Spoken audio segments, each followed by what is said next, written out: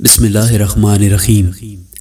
ایک وقت تھا جب ملک کے بادشاہ کے اندر عبادت، پرہیزگاری اور دینی سمجھ بوجھ کوٹ کوٹ کر بھری ہوئی تھی۔ آج کے اس گئے گزرے دور میں آدمی ان واقعات کو سنے تو عقل حیران رہ جاتی ہے۔ جب حضرت خواجہ قطب الدین بختیار کاکی رحمۃ اللہ علیہ کی وفات ہوئی تو کوہرام مچ گیا۔ جنازہ تیار ہوا اور ایک بڑے میدان میں لایا گیا۔ بے پناہ لوگ نماز جنازہ پڑھنے کے لیے آئے ہوئے تھے۔ انسانوں کا ایک سمندر تھا جو حد نگاہ تک نظر آتا تھا۔ جب نماز جنازہ پڑھنے کا وقت آیا، ایک آدمی بڑھا اور کہنے لگا کہ میں خواجہ قطب الدین بختیار کاکی رحمۃ اللہ علیہ کا وکیل ہوں۔ حضرت نے ایک وصیت کی تھی، میں اس مجمع تک وہ وصیت پہنچانا چاہتا ہوں۔ مجمع پر سناٹا چھا گیا۔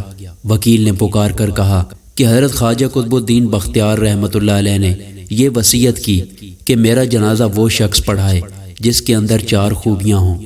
زندگی میں اس کی تکبیر اولیٰ کبھی قضا نہ ہوئی ہو، اس کی تہجد کی نماز کبھی قضا نہ ہوئی ہو، اس نے غیر محرم پر کبھی بری نظر نہ ڈالی ہو، اور اتنا عبادت گزار ہو کہ اس نے عصر کی سنتیں بھی کبھی نہ چھوڑی ہوں۔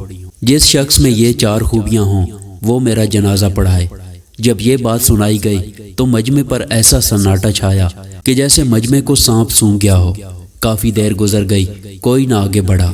آخرکار ایک شخص روتے ہوئے حضرت خواجہ قطب الدین بختیار کاکی رحمۃ اللہ علیہ کے جنازے کے قریب آئے۔ جنازے سے چادر اٹھائی اور کہا، حضرت آپ خود تو فوت ہو گئے مگر میرا راز فاش کر دیا۔ اس کے بعد بھرے مجمع کے سامنے قسم اٹھائی کہ میرے اندر یہ 4 خوبیاں موجود ہیں۔